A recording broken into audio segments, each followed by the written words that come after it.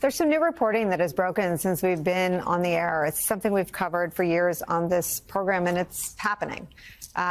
It can only be described as the start of a massive, much larger than expected purge at the FBI of FBI agents and officials. Many of them, in one way or another, touched the investigations into Donald Trump. Sources telling NBC News this: the Office of Acting Deputy Attorney General Emil Bove asked the FBI for a list of Bureau employees involved in January 6 cases, sparking panic inside the Bureau by people who fear retribution by the Trump administration amidst an ongoing purge of FBI leadership. Meanwhile, my colleague, NBC's Ken Dilanian, reports that several top FBI executives were told to resign or be fired, and that the purge includes more than 20 heads of FBI field offices, including those in Miami and Washington, D.C. Joining our coverage, former U.S. Attorney and former Deputy Assistant Attorney General Harry Litman. Also joining us, NBC News Justice reporter Ryan Riley. Ryan, I've got your reporting in front of me, but why don't you share it with our audience? Yeah, this is something I've been sort of chasing all day, and it's tough because there's so many, rumors and a lot of worry being spread within the Justice Department, within the FBI. So there's this community, obviously, of all of these people who worked these January 6 cases, on the FBI side, on the DOJ side. And so what we can report is that there was this request for this, list of all of these individuals who worked on January 6 cases, and that's something that the Washington field office has cooperated with thus far. The issue here is that it's such a large list, and so the question is, how are they going to figure out who they're going to be focused on and potentially targeting here, right? Because it's just so many people within the Bureau. This was the largest investigation in FBI history in terms of number of defendants. You're talking about over 1,500 defendants overall, and this touched basically every field office in the country.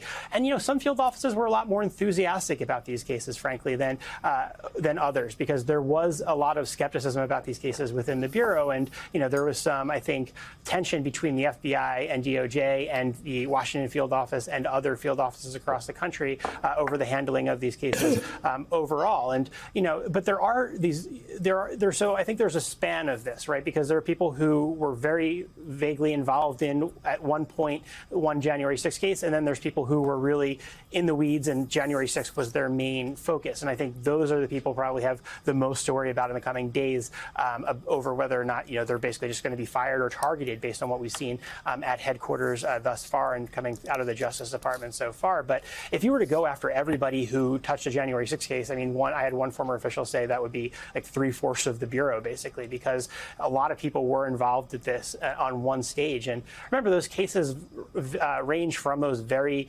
low-level cases, sort of those misdemeanor cases that were of the most controversy, all the way up to seditious conspiracy. But the more common one was those assault on a federal officer charges that were really common, those AFO charges. And even people who were skeptical of the Justice Department's handling of those overall were behind those cases. And I think most of the American public would be too. When you have a cop getting beat by a rioter, that's something that most people say that should be something that's prosecuted by the federal government. So I think, the details are really going to matter here about who they end up focusing on, Nicole, about, as they go about sort of this ongoing purge of FBI leadership. And we'll see how far it's going to trickle down into the rank and file of the FBI.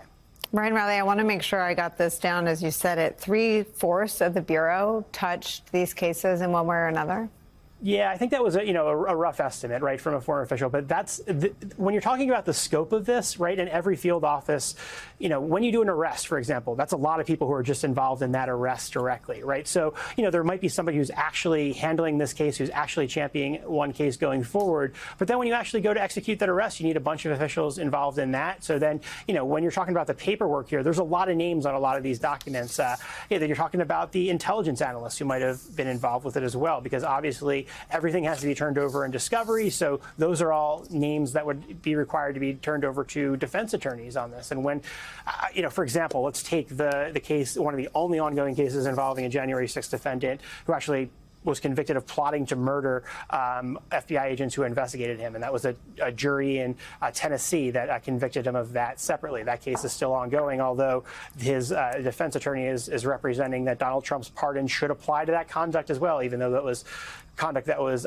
performed way after January 6th, when he plotted to murder the FBI employees. But that case, for example, just comes to mind because that involved, I remember, a large number of FBI employees. And when they turned over those documents, it was a lot of names that were associated with that, because in the discovery process, you've got to turn all of those names over. So even if there's only sort of a passing involvement in one of these cases, your name's going to be on those documents. So that list of people who were involved in January 6 cases at the FBI is really long. Harry Litman, Kash Patel has said in a podcast, if we have it, the control room will tell me, that he wanted to turn the FBI into a deep state museum. If you wanted to do that, one of the steps you might consider is eliminating, quote, 3/4 of the Bureau that touched January 6 cases.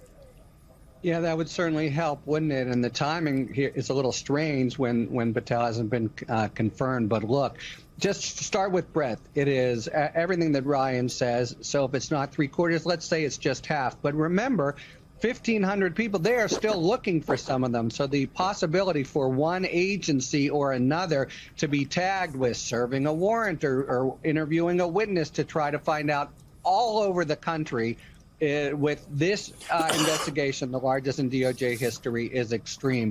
And by the way, if it's anything like this, the implications for us, for citizens, of 20 special agents in charge being eliminated, all the things they do, public corruption for starters, but street crime, everything. So it's a body blow to everybody in the country. But I really want to say, even if the breadth were much smaller, as it seems to be in DOJ, a single agent being fired because he or she did their job as they were supposed to do, and in fact here under the direction of the Department of Justice, is just a complete stake in the heart of what the FBI and DOJ are supposed to be about. And it's not just those who get hurt, as Ryan reported, and I've spoken to people already within the FBI. People are alarmed, completely nervous, wondering what to do.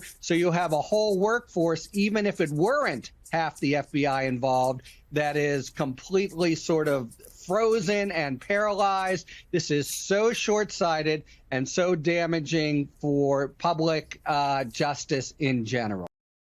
Jonathan, these days and months are, of course, more than just a notation on a calendar. And I wonder what message it sends to Pentagon employees and beyond that this is happening. Chris, at some point I'm going to be rather blunt, but I'm going to answer your direct question. What it says to those employees is that the federal government, from the President of the United States on down, does not care about you.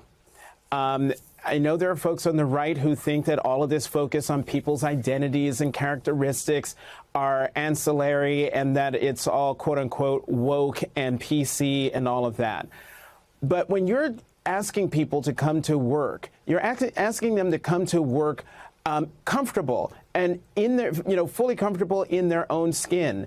And for someone to be able to walk into their workplace knowing that the agency, their bosses, acknowledge the fact that they're African American or that they're Jewish or that they're Native American or AAPI or LGBTQ, it makes that person, that employee, feel welcomed and that their contributions are valued. And what we're seeing from the president on down is that if you are not a white, straight, Christian, cisgender male, you do not count. And that is why I am still trying to figure out the best way to talk about this without my head exploding. But that is where we are right now, Chris. So, Amy, this has been, let's say, a difficult time. I'm going to understate it, a difficult time to be Jewish in America. I've just been texting with a friend of mine who's the president of her synagogue. She and others want to know, is it ever going to stop? Their feeling of being threatened, their feeling of being othered. What do you see as the importance of this? Look, well, I wholeheartedly agree with what Jonathan said. And I would say in particular, it's not only just that if you are a white, straight, Christian, cisgender male, you don't count, you're actually to blame for everything evil that's happening in our society. We saw that with the president's response to the horrific, heartbreaking plane collision the other day in DC, and we've seen it in this broader use of DEI or diversity as the code word to basically advance a broader assault on fundamental rights for so many communities across the country, particularly for the Jewish community. Even if this mandate didn't include the elimination of commemorating Holocaust Remembrance Day, it would still be incredibly dangerous because we know that protecting inclusive, pluralistic democracy in which each and every community is safe is inherent to Jewish safety. So if one community is under attack, whether it's in the form of attacks on the Black community, the LGBTQ community, immigrants, or others, it ultimately threatens Jewish safety as well. But the fact that this mandate specifically names Holocaust Remembrance Day among so many of these other commemorations is a clear reminder that Jewish safety is inextricably linked with this broader assault on diversity, equity, inclusion, and that ultimately the scapegoating and attacks that we're seeing here are going to come for all of us and make all of us less safe. And I should mention that just this week, the world marked 80 years since the liberation of Auschwitz. And my colleague, Jesse Kirsch, spoke to one of the remaining survivors who was tattooed when she was less than 2 years old. And she says she wants people to know what happened to her was real. This is what she said.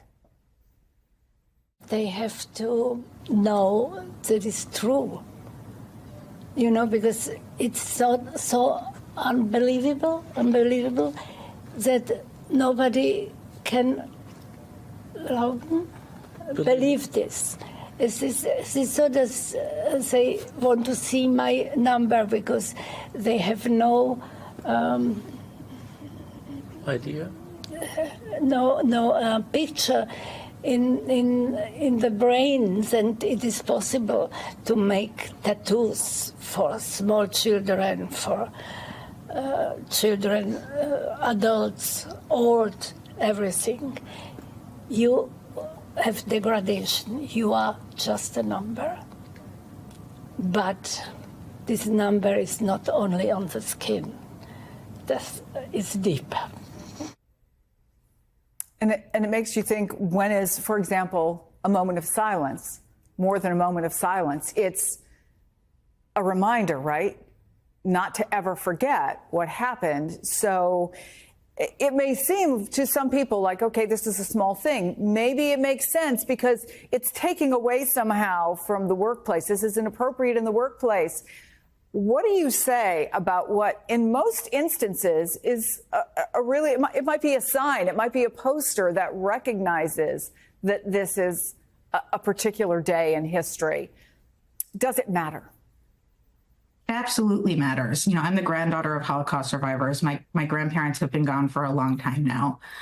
But how we continue to tell their story and the story of all who survived and frankly and didn't survive is precisely how we prevent history from repeating itself. And that's true in terms of why we celebrate and mark Holocaust Remembrance Day and teach the Holocaust in our schools, where it's required in so many places around this country. And it's true in terms of why we observe Black History Month and Women's History Month and Native American History Month and so much more. The attacks and the assault on teaching our history, whether it be in the form of book and curriculum bans, the elimination of diversity, equity, and inclusion programs, the attacks on teaching ethnic studies, or so much more, are intended to effectively whitewash or erase history so that we can't learn from its histories and prevent it from, so that we can't learn from history and prevent it from repeating itself. We need to understand it in that context and in the broader context of the draconian dehumanization that we're seeing happening in our politics. The attack on DEI and diversity, equity, and inclusion goes hand in hand the dehumanizing policies attacking immigrants in the LGBTQ community, with Elon Musk and his apparent Nazi salute and his comments that we should effectively get over the Holocaust, with so much more that we've seen over the last few weeks. All of it is intended to desensitize us to this hate, to forget the lessons of history, and to allow these dehumanizing authoritarian policies to move forward effectively. Joining us from Panama City is NBC News Chief Foreign Affairs Correspondent Andrea Mitchell, also the anchor of this program that I so much admire. Andrea, there's one thing that I think that is unusual among all the different aspects of how unusual this thing is that the focus is now back on Panama, an area of the world that nobody focuses on traditionally, and the Chinese regime's control or support of areas like the Panama Canal. What's the reality there? The reality is very, very different, Jose. And what's so strange about this is that Panama is one of the U.S.'s closest allies here in the region. As you know so well, Panama was the first country in the region to sign a migration agreement with the U.S. They started accepting flights of deportees into Panama. They have a very tough migration rule here. They control the borders. They control drugs. They consider themselves an ally. At first, they thought this was a joke, the threat coming from President Trump. They had had good relations with President Trump in his first term. They then were mystified. Then they got angry and defiant. Then you started seeing, as we've seen here in just the last days that we've been here, all this week, flags being arrayed all across on the streets in Panama. It's not, a big holiday here. It's in defiance of the U.S. and of Marco Rubio's incoming visit tomorrow when he arrives here. I talked to a 44-year veteran of the canal, the Independent Panamanian Canal Authority, down at the canal. And he's a former administrator. He hosted Vice President Pence here in 2019, where there's nothing but praise from the Trump administration. Here's what he told me yesterday. I think there are opportunities to shift the focus or the way the talks are. Instead of bringing in the hammer, extend the hand. And I think we'll get much further than where we are now, because the canal will not go back to the United States. That's definitely not going to happen. I think you've seen, as you come over here, you've seen the Panamanian flag all over the place. And it's not our national holiday. It's here, the reception for Mr. Rubio, okay? Everybody is wearing a flag. I am wearing a flag, because this is our country, this is our canal, and it's going to remain in Panama. So the best interest of the U.S. is to establish a good working relationship and have these ships go by and serve the U.S. as we have been doing for over 100 years now. So a Hong Kong company does control 2 of the 5 ports on the entry and the exit. But to get into the canal, you have to have a Panamanian tugboat, a pilot. I watched it myself. They tug the container ships through. The canal is 51 miles long. It saves more than 9,000 miles. So control is critical. It's saving mostly U.S. products that are coming to or from the U.S. in this, the trip from Atlantic to Pacific or Pacific to Atlantic. So it's a critical shortcut, even more critical now, Jose, because of what's happening in the Middle East, because the Suez Canal is closed. So anything coming from Asia, this is absolutely the only way to get to the West Coast. And as I say, they are absolutely firm that it has been independent. It's been independent for decades. It is run by an independent Panamanian authority that is viewed by economists all over the world as one of the most non-corrupt, independent authorities in the entire region. And they say they intend to remain that way, no matter what the threats from the U.S. As we've seen Colombia buckle under pressure from the U.S. from tariffs. So we don't know what's going to happen. That's why we'll be here this weekend as Marco Rubio makes his first visit here. It's a critical, critical moment in U.S. foreign policy. And it's his first trip. Andrea Mitchell, marking Latin America as a new priority, Jose. It is, and you're in the Casco Antiguo, the old part of Panama City. Gosh, is that not like one of the most beautiful places right by the water? Absolutely. It's incredible. And Andrea, although there is the issue, look at these.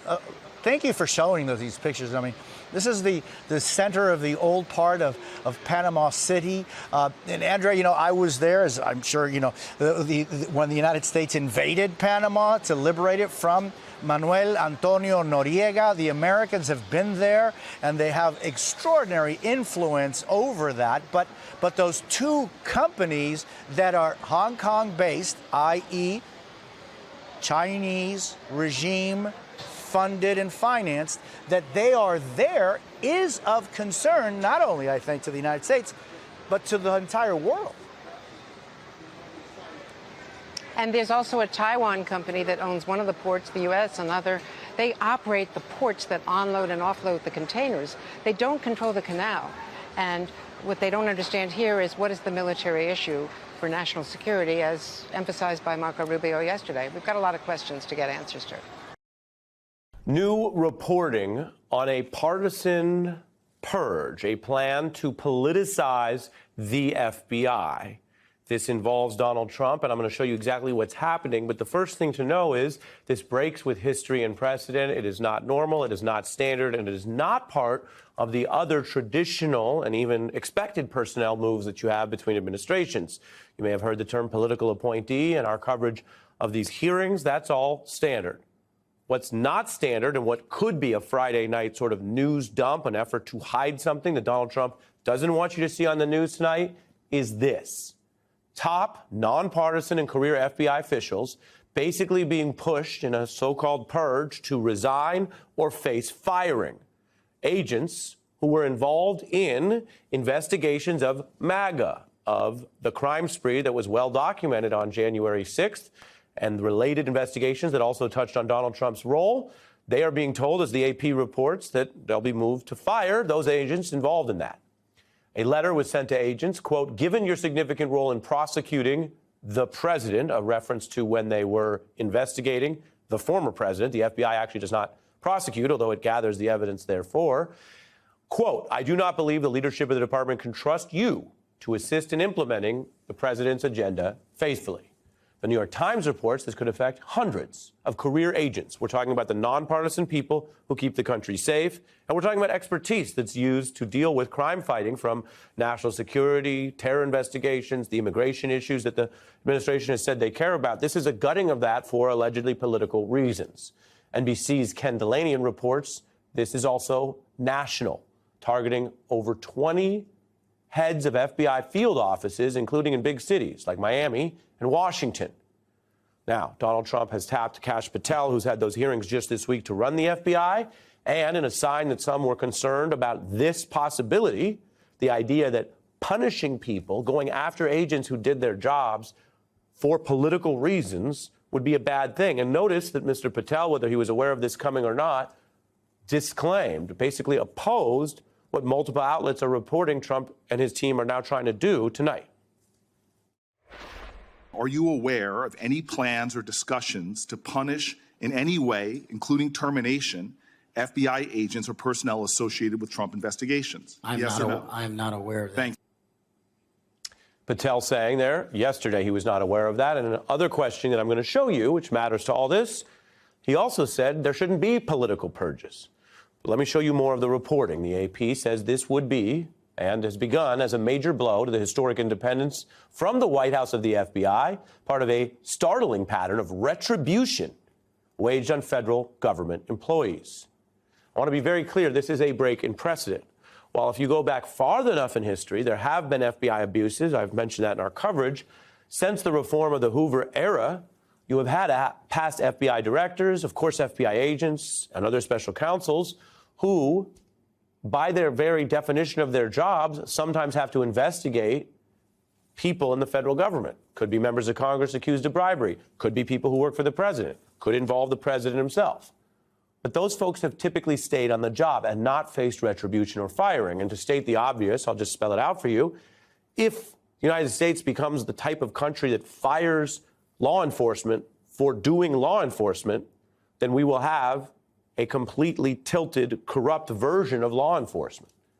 Make no mistake, what the letter says, according to these multiple outlets, is that these FBI agents, who are nonpartisan, who are the career folks, many of them, are being asked to leave or fired because they did their job and because they investigated MAGA and because they investigated something we all lived through, a convicted sedition against the democracy in the capital of the United States. Last Friday, Donald Trump also did a late-night purge of a different branch of the government. These were inspectors general. And I want to be clear. Parts of that removal may ultimately prove lawful. That is, even though the president might have violated the notice rules and the statute on that, he does ultimately have the authority there to remove inspectors general.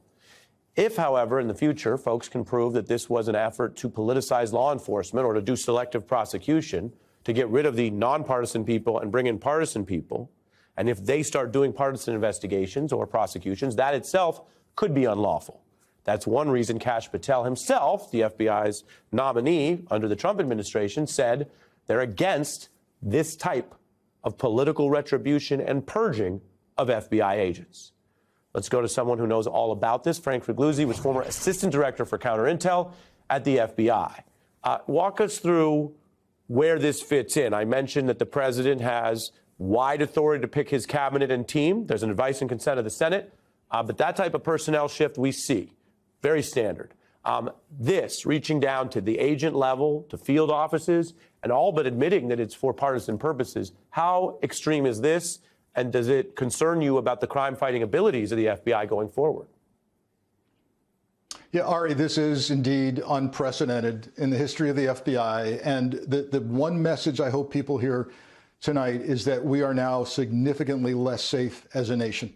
When you are peeling away layers of leadership, right down to field office squads and agents and even analysts, you are making America less safe. At any given time in this country, there are multiple terror plots being tracked by the FBI. And interference and intervention is what prevents them from playing out entirely. God help us if one of the offices impacted by this purge at several layers of leadership and even some of their best agents being walked out or told to go home, there's a terror plot playing out. That's not a political thing. That's a safety thing. The other thing that's happening is any semblance of diversity and inclusion is literally being wiped off the map. The New York Times put out a photo today of the walls of Quantico, the FBI Academy, where they're painting over the FBI's core values to include integrity, adherence to the Constitution, and diversity. A less diverse FBI is a less effective FBI. Try doing surveillance on the street in the inner city with two white guys. Try working undercover in a Middle Eastern terror organization with a white guy. It doesn't work that way. So we're becoming less and less safe very quickly. Understood. I mentioned that Kash Patel disclaimed, said he opposed this, what the Times and the AP and other outlets are reporting. And I mentioned that, Frank, because as you know, and I think our viewers know, there are a lot of efforts underway to minimize and normalize everything, or to say that everything is a sort of an outburst, a quote-unquote emotional, exaggerated response to what Donald Trump is doing.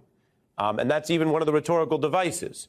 And yet, I think it matters tonight that what we just reported and what you said could make America less safe is something that Donald Trump's FBI nominee felt the need under oath to say, no.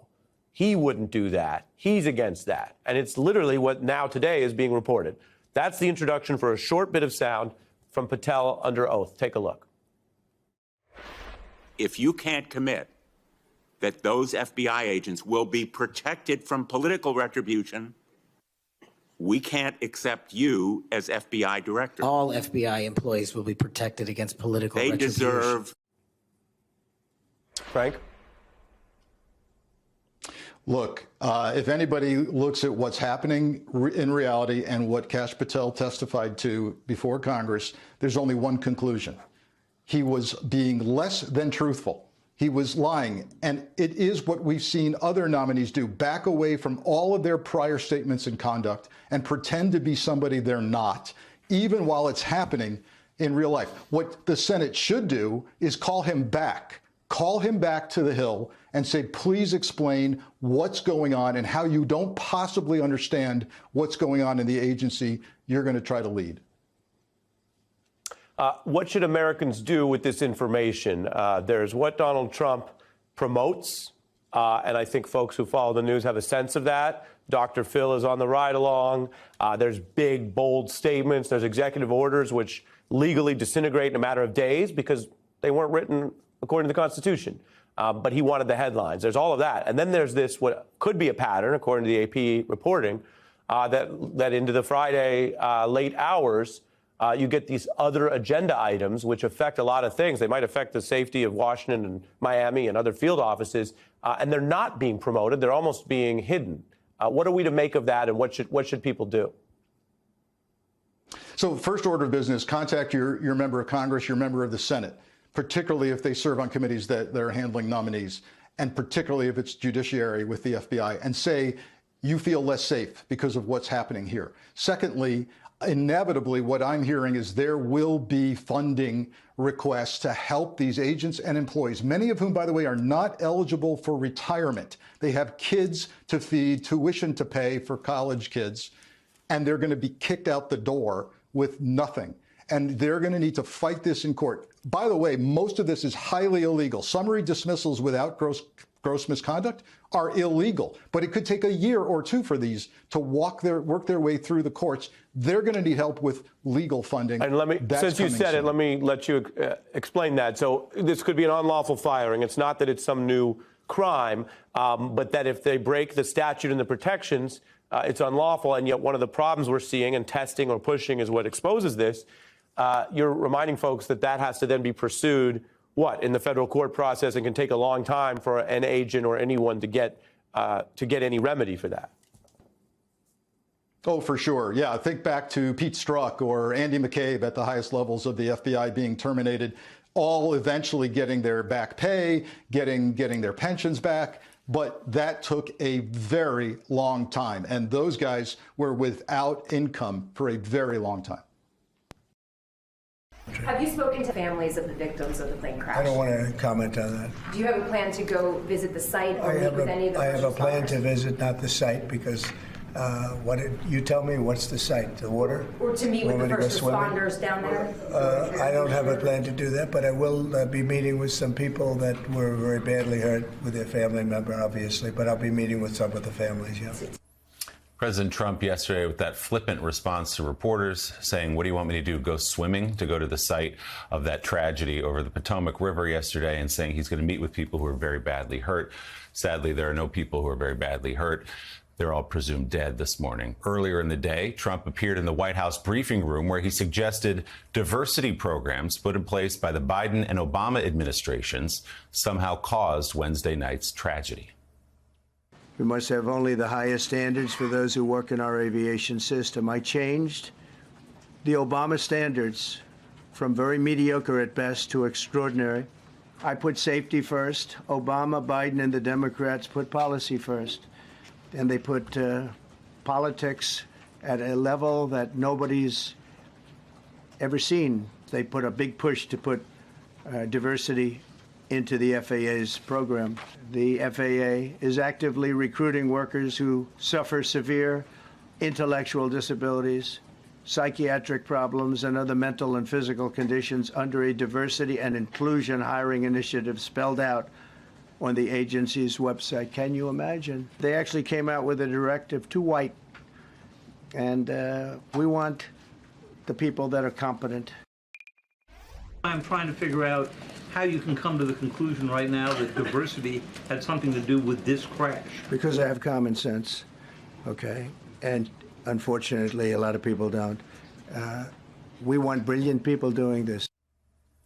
So again, the president going to the briefing room yesterday as they were still pulling the bodies out of the Potomac, suggesting it was DEI that caused this disaster. The president citing diversity standards imposed by previous administrations. The Washington Post is fact-checking the president's claims this morning. The paper reporting the Obama administration in 2013 instituted a new hiring system for air traffic controllers that introduced a biographical questionnaire to attract minorities underrepresented in the controller corps. But Trump, in his first term, left the policy in place, and the FAA under Trump in 2019 launched a program to hire controllers using the very criteria he decried at his news conference. NBC's Peter Alexander pressed the president on that. The cited FAA text that you read is real, but the implication that this policy is new or that it stems from efforts that began under President Biden or the Transportation Secretary Pete Buttigieg is demonstrably false. It's been on the FAA's Who said website. That, you? No, it's on the website, the FAA's website. It was there in 2013. It was there for the entirety. What I read. It was there for the entirety of your administration Nice and too. easy. So my question is, why didn't you change the policy during your first administration? I did change it. I changed the Obama policy, and we had a very good policy. And then Biden came in and he changed it. He did not change the policy again. And Jonathan Lemire, the fact that we're even having this conversation, this semantic argument over who put the policy in place as some kind of suggestion that it is what led to a helicopter flying into a passenger jet, killing 67 people without any evidence. Why are we even talking about that to begin with? But you wrote about this for The Atlantic yesterday about the president behaving like he's still running a campaign or that he's a businessman sitting at Mar-a-Lago lobbing conspiracy theories and attacks on opponents. What did you see in that briefing room yesterday, John? Yeah, I was in the room when the president addressed the press there, the briefing, something he wanted to do, didn't defer to any of his officials. He himself wanted the spotlight, wanted the microphone, wanted the cameras, White House officials told me. Yes, this is yet another moment here. First of all, where fact-checking is really important. And good job by Peter, our colleague Peter Alexander. Good work there by the Washington Post. It is worth reiterating. This is, again, the first policies. The diversity initiatives were put in place by President Obama. Trump, while he was president, left them there. And then it was his own FAA, when he was in charge, that promoted programs about hiring those with disabilities to join that agency. And that yesterday, he, of course, tried to blame them in a wedge issue, speaking, in moments after a crisis, the nation reeling from it, choosing once again division. Also, lying about his record, very reminiscent, I will say, of during the presidential campaign when he gained much traction from then Vice President Harris and the idea of transgender surgery provided for inmates in prisons. Well, we fact-checked it at the time and found that program also existed under the Trump administration. He, of course, when in his Bureau of Prisons promoted it, he, of course, did not change it while he was in office. But bigger picture, Willie, it's another moment where this president took a time of national tragedy and tried to use to score political points and attack his foes. We've seen it a few times this month. The wildfires in Southern California. He blamed that on Democratic politicians. Before he was sworn in, the terror attack in New Orleans on New Year's Day, he blamed that on the border when it turned out, of course, that it was a U.S. citizen in Texas who carried out the attacks. His instinct is never to bring people together, but even in some stunning fashion, try to blame others and point fingers when, of course, as president, the ultimate responsibility should be lying with him. And you can almost see him anticipating blame of his administration in some way and projecting that onto everyone else. He also blamed former Transportation Secretary Pete Buttigieg for various issues within the FAA. Buttigieg responded on social media, writing, quote, "Despicable. As families grieve, Trump should be leading, not lying. We put safety first, drove down close calls, grew air traffic control, and had 0 commercial airline crash fatalities out of millions of flights on our watch." President Trump now oversees the military and the FAA. One of his first acts was to fire and suspend some of the key personnel who helped to keep our skies safe. Time for the president to show actual leadership and explain what he will do to prevent this from happening again. That's former Transportation Secretary Pete Buttigieg. Katty Kay, watching the president yesterday in that briefing room where Jonathan saw up close, reminded of people who said, you know what, he won a second term now. He's a 2-term president. He did it. Maybe he'll settle in and be the president a lot of people hoped he could be, and put behind him the grievances and personal attacks and all of the things that he used to get back to the White House on the campaign trail. But in this first week, clearly no evidence that that's going to happen. Yeah, or even that this would be the kind of calmer, more grown-up version of the first administration. With Susie Wiles in as commander-in-chief, there had been some speculation that, yes, they would move fast. The policies might not be policies that many Democrats would agree with, but things would be efficient and work effectively. I think what we've seen in the last 48 hours is that that is not necessarily the case. We saw all of the funding drawn back for domestic grants in the country that had to be overturned very quickly. Then we saw the crash and the response to the crash. But it looks like Donald Trump is feeling extremely powerful and realizing that even if he says something or goes too far, then he's not going to get much pushback, right? I mean, yes, Pete Buttigieg came out with a tweet saying that this was despicable, but you have not had a complete outcry, uniform, from members of the Democratic Party responding to what President Trump did, effectively blaming black, brown people, women, people with disabilities for that air crash. I mean, let's be honest, that's what diversity is. And that is what the president said, that black, brown people, women and people with disabilities caused this crash. I mean, where is the outcry from a coordinated outcry from Democrats? Now, they've been tied up. They've been tied up in the hearings on the Capitol Hill. It's just this sense that Donald Trump wants to have a fight. The fact that he signed a memorandum even after that press conference doesn't suggest at all that he thinks he went too far in that press conference. Quite the contrary, he wants to push it even further. And he thinks that there'll be, even if nothing happens that's positive, there'll be very little pushback from a Congress that seems to be either cowed on the Democratic side or compliant on the Republican side. Yeah, not much criticism yesterday from Republicans. There were a group of Democrats held a press conference led by Minority Leader Chuck Schumer, who very specifically and clearly criticized the president for using this moment to sow division again.